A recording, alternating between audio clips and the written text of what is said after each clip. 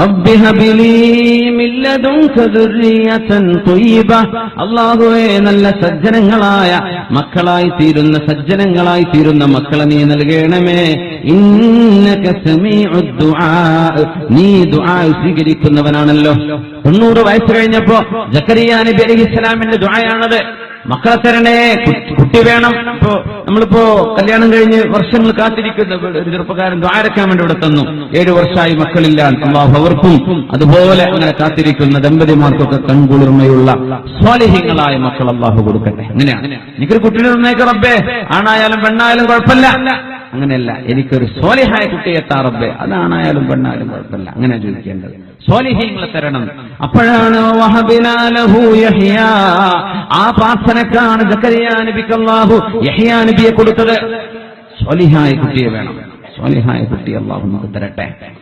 റസൂലുള്ളാഹി സ്വല്ലല്ലാഹു അലൈഹി വസല്ലം തങ്ങളുടെ ഒരുപാട് ഹദീസുകൾ അതാ പഠിപ്പിക്കുന്നത്, നിങ്ങളുടെ കുഞ്ഞിന്റെ സംരക്ഷണം, കുഞ്ഞിന്റെ വളർത്തൽ, കുഞ്ഞിന്റെ തർബിയത്ത് എന്ന് പറഞ്ഞത് ഉമ്മയുടെ ഗർഭാശയത്തിലിരിക്കുന്ന സമയത്ത് തന്നെ ആരംഭിക്കുന്നുണ്ടത്രേ.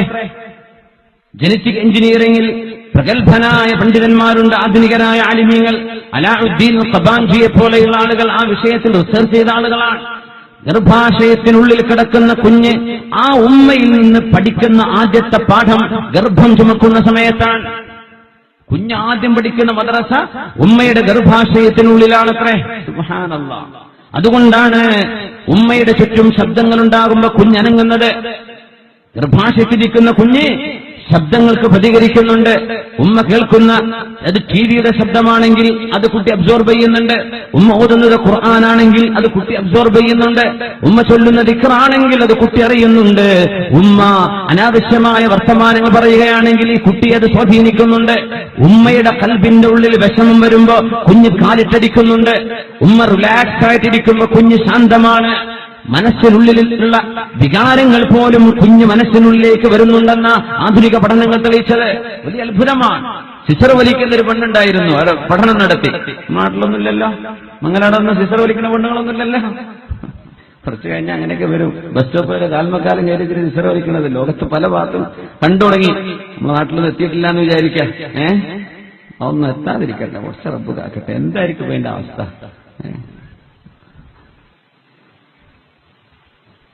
അങ്ങനെ സ്മോക്ക് അഡിക്റ്റ് ആയിട്ടുള്ള ഒരു പെണ്ണുണ്ടായിരുന്നു. കുട്ടിക്ക് 7 മാസം ഗർഭമായ സമയത്ത് ആ ഉമ്മയെ പരീക്ഷണത്തിന് കൊണ്ടുവന്നു. 24 മണിക്കൂർ ഉമ്മ എന്ത് ചെയ്യണം? സ്മോക്കിംഗ് നിർത്തിവെക്കണമെന്ന നിർദ്ദേശം, ഡോക്ടറുടെ നിർദ്ദേശം. കുഞ്ഞിനെ പരിശോധിച്ചു നോക്കി. ആ കുഞ്ഞിന്റെ ഹാർട്ട് ബീറ്റ്, കുഞ്ഞിന്റെ മനോനില വളരെ ശാന്തമാണ്. 24 മണിക്കൂർ കഴിഞ്ഞ് സിഗരറ്റ് കത്തിച്ച് ചുണ്ടിലേക്ക് വെച്ചപ്പോഴേക്കും കുഞ്ഞിന്റെ ഹാർട്ട് ബീറ്റിൽ വ്യത്യാസം വരുന്നു. സുബ്ഹാനല്ലാഹ്. ഉമ്മയുടെ മനസ്സിൽ വരുന്ന സങ്കുചിതത്വം കുഞ്ഞിന്റെ മനസ്സിലേക്ക് ഡയറക്റ്റ് പോവുകയാണ്. ആ രീതിയിൽ ഗർഭാശയത്തിലിരിക്കുന്ന സമയത്ത് ഒരു ഉമ്മ ചെയ്യുന്ന പ്രവൃത്തികൾ കുഞ്ഞിന്റെ ജീവിതത്തിന്റെ ഭാഗമായി മാറുന്നുണ്ട്. അതുകൊണ്ടാണ് ഗർഭാശയത്തിലിരിക്കുന്ന കുഞ്ഞിനെ സംബന്ധിച്ച് ഉമ്മാക്ക് സ്നേഹം തോന്നണമെന്ന് പറയാൻ കാരണം. ഗർഭാശയത്തിരിക്കുന്ന കുഞ്ഞിനെ കാണുമ്പോ അല്ലാഹുവേ, നിന്റെ റിസ്ഖ്, നീ തന്ന ഒരു റിസ്ഖ് എന്റെ വയറ്റിൽ വളരുകയാണ് അല്ലാഹുവേ, അത് സ്വാലിഹായ കുഞ്ഞാക്കി തരണേ എന്ന് പ്രാർത്ഥിച്ചുകൊണ്ട് കുഞ്ഞിനെ വളർത്തുന്ന, അല്ലെങ്കിൽ കുഞ്ഞിന് ജന്മം നൽകുന്നതുവരെ കൊണ്ടു നടക്കുന്ന ഒരു ഉമ്മയും അല്ലാത്ത ഉമ്മയും തമ്മിൽ വ്യത്യാസമുണ്ട്. ഇതിന്റെ മാതൃകയാണ് ഇമ്രാൻ എന്നവരുടെ ഭാര്യയായിരുന്ന ഹന്നത്ത് ബീവി റളിയല്ലാഹു അൻഹ, മറിയം ബീവിയുടെ ഉമ്മ. ഗർഭം ചുമന്നപ്പോ എന്താ പറഞ്ഞത്? റബ്ബി ഇന്നി നദർതു ലക മാ ഫീ ബത്നി മുഹററാ ഫതഖബ്ബൽ മിന്നി ഇന്നക അൻതസ് സമീഉൽ അലീം. ഹന്നത്ത് ബീവി പറയാ, റബ്ബി ഇന്നി നദർതു ലക, അല്ലാഹുവേ നിനക്ക് ഞാൻ നേർച്ചയാക്കിയിരിക്കുന്നു റബ്ബേ, മാ ഫീ ബത്നി മുഹററാ, എന്റെ വയറ്റിൽ കിടക്കുന്ന കുഞ്ഞിനെ നിനക്ക് സ്വതന്ത്രമാക്കി തന്നു റബ്ബേ. അവര് വിചാരിച്ചത് ആൺകുഞ്ഞായിരിക്കുമെന്ന്. അന്നൊക്കെ കന്യാസ്ത്രീകളൊക്കെ പള്ളിയിലേക്ക് ആക്കുന്ന പോലെ പള്ളിയുടെ സേവനത്തിന് വേണ്ടി മക്കളെ നേർച്ചയാക്കുന്ന സമ്പ്രദായമുണ്ട് അവരുടെ മതവിശ്വാസങ്ങളിൽ, അല്ലെങ്കിൽ നമ്മുടെ ശരീഅത്തിന്റെ മുമ്പുള്ള ശരീഅത്തിൽ അങ്ങനെയുണ്ട്. അതുകൊണ്ടാണ് ഹന്നത്ത് ബീവി അങ്ങനെ പറഞ്ഞത്, റബ്ബേ എനിക്ക് ജനിക്കാൻ പോകുന്ന കുഞ്ഞ്, എന്റെ വയറ്റിൽ കിടക്കുന്ന കുഞ്ഞ് മുഹററ, നിനക്ക് സ്വതന്ത്രമാക്കി തന്നിരിക്കുന്നു റബ്ബേ, നിനക്കാണ്. ഇത് നിന്റെ കുഞ്ഞാണ്, നിനക്കാണ് റബ്ബേ ഈ കുഞ്ഞ്, നിനക്ക് സേവനം ചെയ്യാനുള്ള കുഞ്ഞാണത്. എന്നിട്ട് പറഞ്ഞു ഫതഖബ്ബൽ മിന്നീ, എന്റെ കുഞ്ഞിനെ നീ സ്വീകരിക്കണമേ, ഇന്നക അൻതസ് സമീഉൽ അലീം, എല്ലാം കേൾക്കുന്നവനെ, എല്ലാം അറിയുന്നവനെ. ആ ഒരു ഉമ്മയുടെ ഫീലിംഗും ഡോക്ടർക്ക് ചെക്ക് ചെയ്ത് നോക്കുമ്പോൾ പോസിറ്റീവാണ്. എന്നാ പിന്നെ എന്താ കാട്ടുക? അബോർഷൻ ചെയ്താൽ ഇപ്പൊ ഉമ്മ ചീത്ത പറയും, വാപ്പ ചീത്ത പറയും, ഭർത്താവിനെ ഇഷ്ടമല്ല, എന്നാ പിന്നെ അവിടെ നിന്നോട്ടെ. അങ്ങനെ വളരുന്ന കുഞ്ഞും തമ്മിൽ വ്യത്യാസമുണ്ട് എന്നാണ്.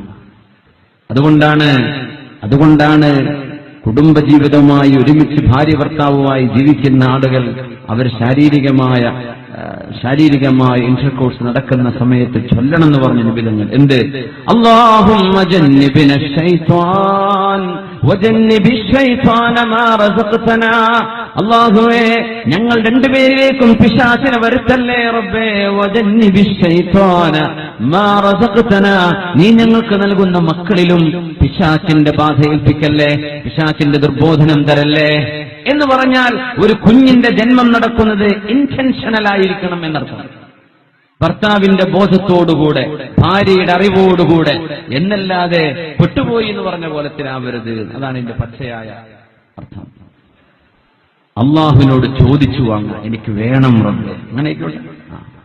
അങ്ങനെ വളരുമ്പോ വയറ്റിൽ കിടക്കുന്ന കുഞ്ഞിനോട് സ്നേഹം തോന്നും. അലാഉദ്ദീൻ ഖബാജി നടത്തിയ ഒരുപാട് പഠനങ്ങളുണ്ട്.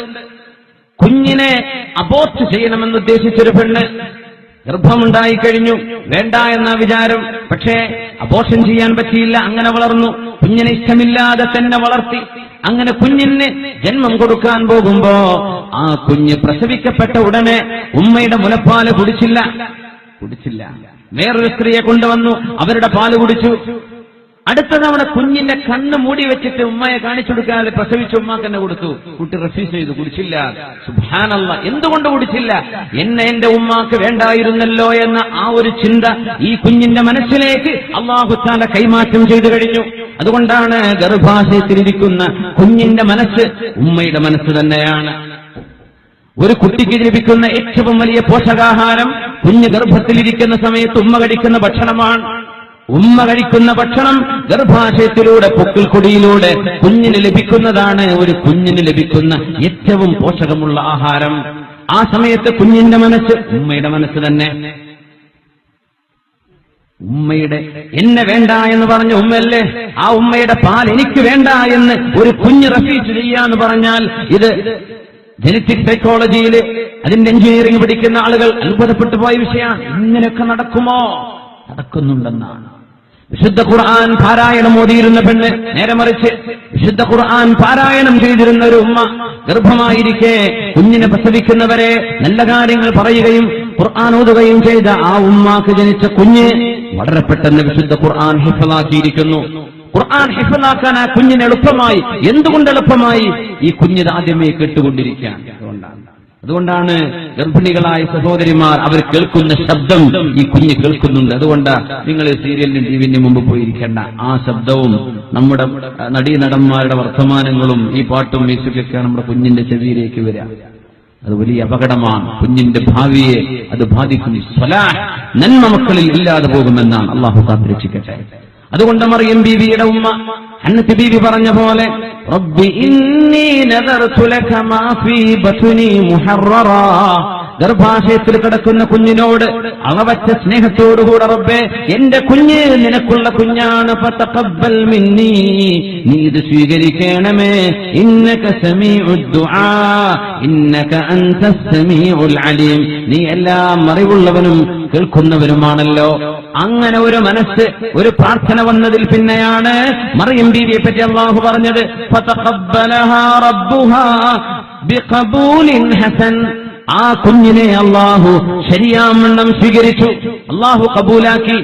ആ മഹദിയാണ് മറിയം അലൈഹിസ്സലാം, ഈസാ നബി അലൈഹിസ്സലാമിന്റെ ഉമ്മയായ മറിയം ബീവി റളിയല്ലാഹു അൻഹാ. ഒരു പ്രവാചകന് ജന്മം കൊടുക്കാൻ ഭാഗ്യമുണ്ടായ മഹദി. എന്തുകൊണ്ട് ഭാഗ്യമുണ്ടായി? ആ മഹദി തന്റെ ഉമ്മയുടെ ഗർഭാശയത്തിലായിരുന്നപ്പോ ആ ഉമ്മയുടെ നിയ്യത്ത് നന്നായിരുന്നു. കുഞ്ഞാവാൻ. എന്റെ കുഞ്ഞിനെ ഇൻഷാ അല്ലാഹ് നമ്മുടെ കോളേജ് നഫീസത്തുൽ മിസ്രിയ കോളേജിൽ പഠിപ്പിച്ചിട്ട് നല്ലൊരു ആലിമത്താക്കും, ഒരു ഹാഫിളത്താക്കും. നല്ലൊരു നിയ്യത്ത് ഒക്കെ ഉണ്ടാവാലോ. പ്രസവിച്ചു കഴിഞ്ഞവർ പിന്നെ ആലോചിച്ചിട്ട് കാര്യമില്ല. ഇനി ഉണ്ടാവാൻ പോണവർക്ക് പറ്റി അവരാലോചിക്കാം. ഒരു നിയ്യത്തും ഒക്കെ ഇൻഷാ അല്ലാഹ്. അല്ലാഹു സ്വാലിഹീങ്ങളായ മക്കളെ നമുക്ക് തരട്ടെ. ആൺമക്കളാണെങ്കിൽ അവർ ഹാഫിളുകളും ആലിമീങ്ങളും ആവട്ടെ. അല്ലെങ്കിൽ നല്ല ദീനുള്ള എഞ്ചിനീയർമാർ, അള്ളാഹുവിനെ ഭയപ്പെടുന്ന ഡോക്ടർമാർ, നല്ല ഹൈ പ്രൊഫഷണൽ, റബ്ബിനെ പേടിക്കുന്ന, ദീനറിയുന്ന, അള്ളാഹുവിനെ സംബന്ധിച്ചറിയുന്ന മക്കൾ, അങ്ങനത്തെ പ്രൊഫഷണൽ നമുക്ക് വേണം. എന്റെ കുട്ടിയെ നല്ല ദീനറിവുള്ള കുഞ്ഞാക്കി ഞാൻ വളർത്തും. അങ്ങനെ ഒരു മാതൃ മനസ്സിൽ വരുന്ന ഒരു പ്രാർത്ഥന ഈ കുഞ്ഞിന്റെ ഭാവിയെ നിർണയിക്കുന്നു എന്നാണ് നമ്മുടെ പണ്ഡിതന്മാർ കണ്ടെത്തിയിരിക്കുന്നത്. അല്ലാഹു സുബ്ഹാനഹു വ തആല നമ്മുടെ മക്കളിൽ കൺകുളിർമയെ അല്ലാഹു നമുക്ക് തരട്ടെ. ആമീൻ ആമീൻ ആമീൻ യാ റബ്ബൽ ആലമീൻ.